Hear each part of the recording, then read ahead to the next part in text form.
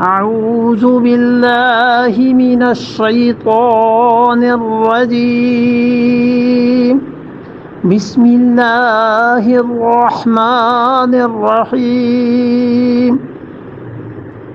وأمطرنا عليهم مطرا فانظر كيف كان عاقبة المجرمين وَأَمْطَرْنَا اور ہم نے کیا کیا؟ برساؤ کیا ان پر. دوسری جگہ آیا ہے پتھروں کا برساؤ، اور قرآن نے یہاں ایک عجیب لفظ کہا وَأَمْطَرْنَا عَلَيْهِمْ، اور ہم نے ان پہ برساؤ کیا مطرًا عَلَيْهِمْ مطرًا، انوکھی بارش برسائی، عجیب بارش. مطرً کو دوبارہ لائے ہیں نا، اس کا مطلب ہے کہ ایک نرالی بارش ہوئی، ایک ایسا برساؤ ان پہ برسایا جس کی مثال نہیں ملتی. اور اسی سے بعض نے استنباط کیا ہے کہ دنیا میں پہلی مرتبہ عذاب جو پتھروں کا آیا ہے وہ کہتے ہیں کہ اسی قوم پر آیا ہے. اس سے پہلے کبھی ایسے ہوا نہیں تھا، چونکہ انہوں نے جو حرکت کی تھی یہ بھی کائنات میں اس سے پہلے کسی نے نہیں کی تھی، اس لیے خدا نے عذاب بھی انہیں یہ دیا کہ ایسا عذاب بھی خدا نے کسی کو نہیں دیا تھا.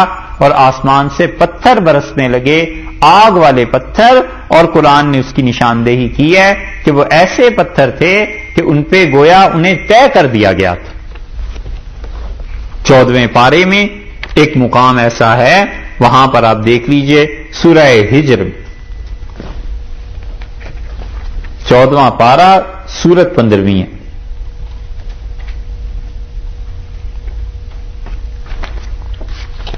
آیت نمبر ہے 61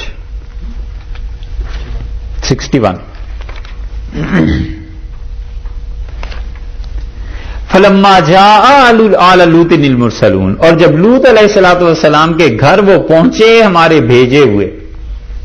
کون کون مراد ہوئے؟ فرشتے. قال انکم قوم منکرون، لوط علیہ السلام نے بولا، دیکھا تو کہنے لگے تم تو منکرون، اوپرے آدمی لگتے ہو، شناسائی نہیں ہے، نئے نئے اجنبی معلوم ہوتے ہو. قالو، وہ بولے نہیں، بل، یہ آ گیا نا، قالو بل، انہوں نے کہا نہیں حضرت ہم آدمی نہیں ہیں، جئناک بالحق، ہم سچی چیز آپ کے پاس لائے ہیں، بما کانوا فیہ یمترون، وہ چیز لے کے آئے ہیں جس چیز کے بارے میں یہ جھگڑتے تھے. ہم آدمی نہیں ہیں، اوپرے اور اجنبی نہیں ہیں، ہم تو کچھ اور ہی چیز لے کے آئے ہوئے ہیں، ہم کچھ اور ہیں. وَآتَيْنَاكَ بِالْحَقِّ، اور ہم آپ کے پاس سچی بات لے کر آئے ہیں، طے شدہ بات. وَإِنَّا لَصَادِقُونَ، اور ہم سچ کہتے ہیں. فَأَسْرِ بِأَهْلِكَ بِقِطْعٍ مِّنَ اللَّيْلِ، نکل جائیے اپنے گھر والوں کو رات رہے سے، تھوڑی سی رات بس باقی رہ جائے، اس وقت آپ یہاں سے نکل جائیں.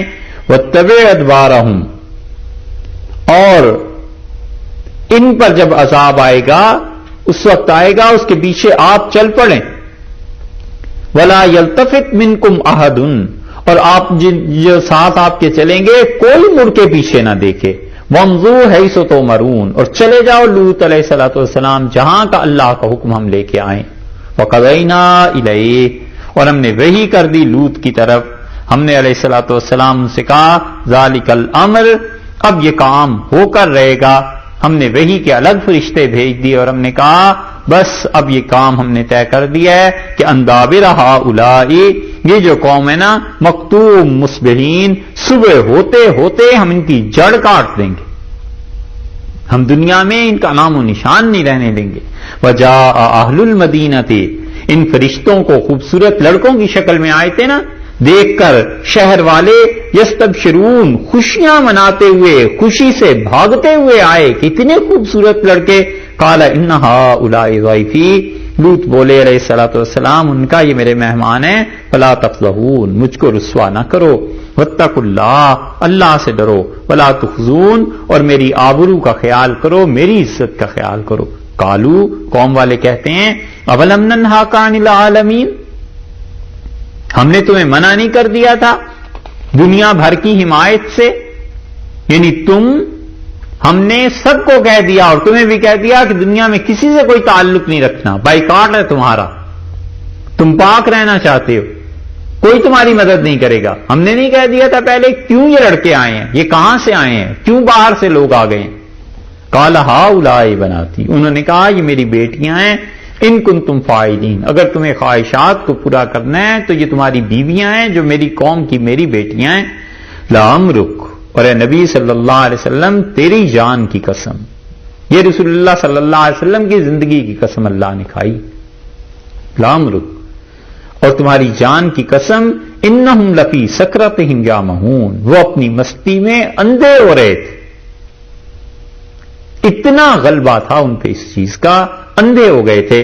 بعض رات نے کہا کہ لعمرک یہ قسم کے معنی میں نہیں بلکہ معنی یہ ہے کہ آپ جیتے رہیں, جیسے اردو میں استعمال ہوتا ہے نا کہ آپ جیتے رہیے, آپ کے بچے خوش رہیں, آپ دیکھیے یہ کیا کام ہو رہا ہے. اردو میں ایسے بولتے ہیں لعمرک, اور تیری جان کی قسم انہم لفی سکرتہم یعمہون, یہ تو اپنی مستیوں میں اندھے ہو رہے تھے. فاخذتہم الصیحہ, اور چیخنے نے آ لیا. مشرقین, سورج جب نکل رہا تھا تو چیخیں شروع ہو گئیں. فجعلنا عالیہا سافلہا, اور ہم اس نے اس بستی کو اوپر اٹھایا اور پھر اس کو بالکل اوندھا دیا, اوپر کا نیچے ہو گیا. وامطرنا, اور ہم نے برسائے علیہم حجارتن, ان کے اوپر پتھر, من سجیل, وہ پتھر جو کھنگر کے تھے. کھنگر سمجھتے ہیں, ایک ہوتی ہے نا اینٹ, اینٹ کے ساتھ کبھی کبھی جلا ہوا ہوتا ہے ایک حصہ اس کا, کھنگر اسے کہتے ہیں. جلے ہوئے پتھر تھے. اس کا مطلب یہ ہے کہ ان پتھروں میں آگ تھی, آتشی برساؤ ہوا, آگ کی بارش, آگ والے پتھر اوپر سے برسے. اور اللہ نے کہا ان فی ذالک, اور اس میں لآیات, پتے ہیں, للمتوسمین, ان لوگوں کے لیے جو دھیان کریں ہماری طرف. وَإِنَّهَا, اور یہ بستی اب بھی لَبِسَبِيلٍ مُقِيمٍ, ایک سیدھی راہ پر ہے مکہ سے. اردن سیدھی راہ چلے جاؤ مکہ سے, یہ بستی اب بھی نظر آئے گی. اور دیکھو اس میں نشانی ہے, ان فی ذالک لآیۃ للمؤمنین, ان لوگوں کے لیے جو ہمارا یقین رکھتے ہیں. یہ خدا کا عذاب آیا ہے ان پہ, اور اللہ نے فرمایا کہ ہم نے ان پہ عجیب پتھر برسائے. اب یہ عجیب پتھر ہی ہوئے نا کہ سجیل تھے, کھنگر کے پتھر تھے, جن پتھروں میں گندک ہوتی ہے کہ ان کو آگ لگے تو وہ پھٹتے ہیں پتھر. پھر یہ ایسے پتھر تھے, ہم نے ان پہ برسائے ہیں. فانظر کیف عاقبۃ المجرمین, پھر دیکھ ان گناہگاروں کا حال کیا ہو. ان گناہگاروں کو کیسی شدید سزا اللہ کی طرف سے ملی, کیونکہ انہوں نے حد سے زیادہ کر دی تھی نا, انہیں بھی سزا ایسی ملی. اور کائنات میں سب سے پہلا یہ بے حیائی کا کام ان سے شروع ہوا تھا, اس لیے ہم نے بھی سب سے پہلے گویا کے مفسرین کے مطابق اللہ تعالی نے بھی سب سے پہلا عذاب جو تھا اس کائنات میں ان آتشی پتھروں کا, آگ کا, سب سے پہلے اسی قوم کو دی.